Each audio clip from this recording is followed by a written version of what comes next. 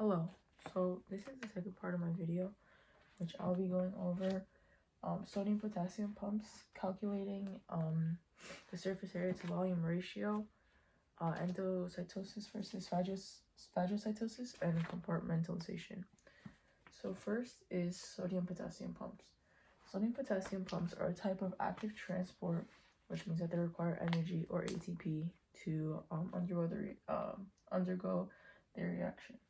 So active transport is in animal cells, and it is used for the regulation of the relative concentrations of sodium and potassium.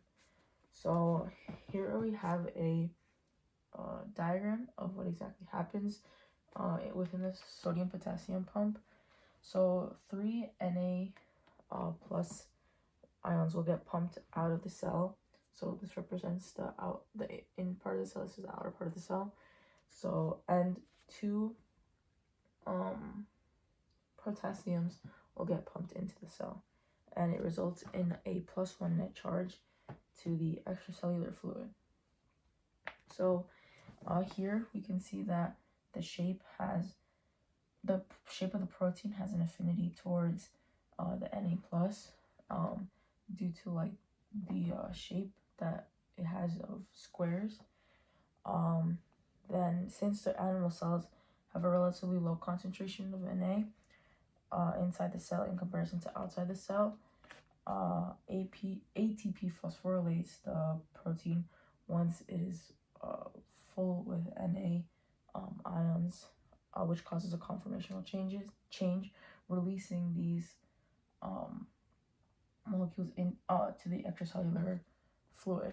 Then once they're released, this part down here will close and this one will open. Then using these specific shapes that are circle-like, it will take in Na, and because animal cells have a high concentration of potassium in the extracellular fluid, they want to get it inside the cell. This then creates a conformational change when the phosphate group from this part detaches from the carrier protein. So we can actually relate this back to question 12, where it asks how a carrier protein will return back to its original shape. For this question, I incorrectly chose answer D because I forgot that the process is active transport and not passive transport, because it is a sodium potassium pump. So A would actually be the correct answer, because ATP would phosphorylate the protein, which causes a confrontational change. So the second part I'll be going over is endocytosis versus phagocytosis. So these two processes are similar, or I confused them when it came to the question. So this question, question number 15, basically asked what process a cell was intaking, which we had to infer from the picture. So receptor-mediated endocytosis is the specific uptake of molecules via solute binding to receptors on the plasma membrane. And when solutes bind to the receptors, they cluster in a coated vesicle to be taken into the cell. In the picture, however, it did not show any sort of receptors, which is why it would lead us to the reasonable answer of phagocytosis, because it is when a cell engulfs particles to be later digested by lysosomes. It surrounds the particle with pseudopodia and packages the particles into a food vacuole that will be digested in the future. So I correctly chose B as the answer, because I thought that since the arrows were pointing towards the inside of the cell, it meant entering, which indicated endocytosis. However, the question stated receptor mediated, and there were no receptors present in the picture. So the next best answer would be D, phagocytosis, because it was taking a large molecule, and like I said, the picture did not have any sort of receptors. So the third portion of what I'll be going over is calculating SA to V ratio, which is surface area to volume ratio. So the smaller the cell is, the higher the SA to V ratio would be, which optimizes the exchange of materials at the plasma membrane. And cellular metabolism depends on cell size. So there are two different types of cell shapes that we can actually calculate, them being cuboidal and spherical cells. So for cuboidal, you would find the surface area by multiplying the height times the width times the number of sides times the number of boxes. Or if it is one singular cube, we just multiply 6 times the sides squared.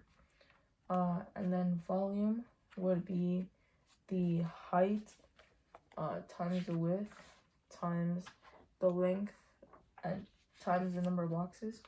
Or simply, if it is just one singular cube, it would be the sides cubed.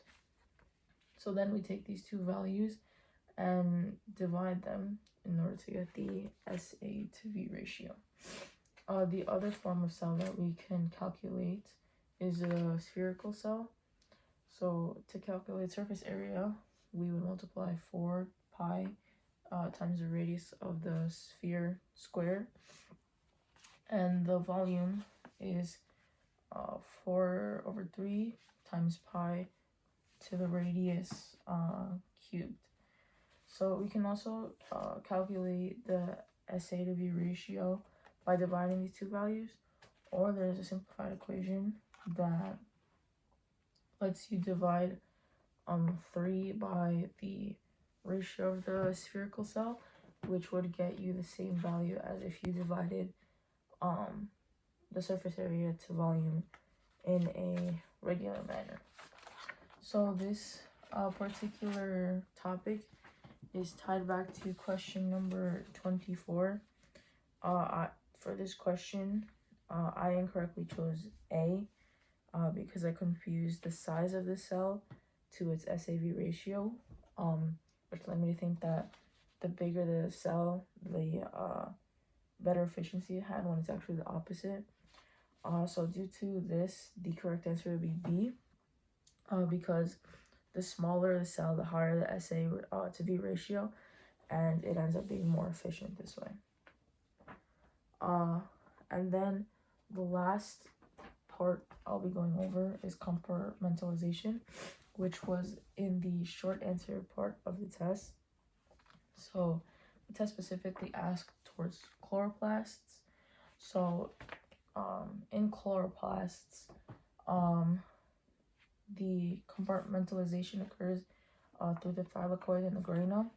So this is actually the energy organelle where photosynthesis occurs within the chloroplast. It is the thylakoid, and the thylakoid is located in the double membrane. And thylakoids can be defined as membranous sacs that are then organized into grana. So how does this exactly tie back to the question? In my answer or my response to the test question, I wasn't specific enough in describing what exactly in the chloroplast gave it its compartmentalization. So since the chloroplasts specifically uses only the thylakoids, which are considered the energy organelle, the only thing that this organelle is used for is to produce energy, and it's not like the other membranous organelles, which are also used for different functions throughout the cell. Yeah, thank you.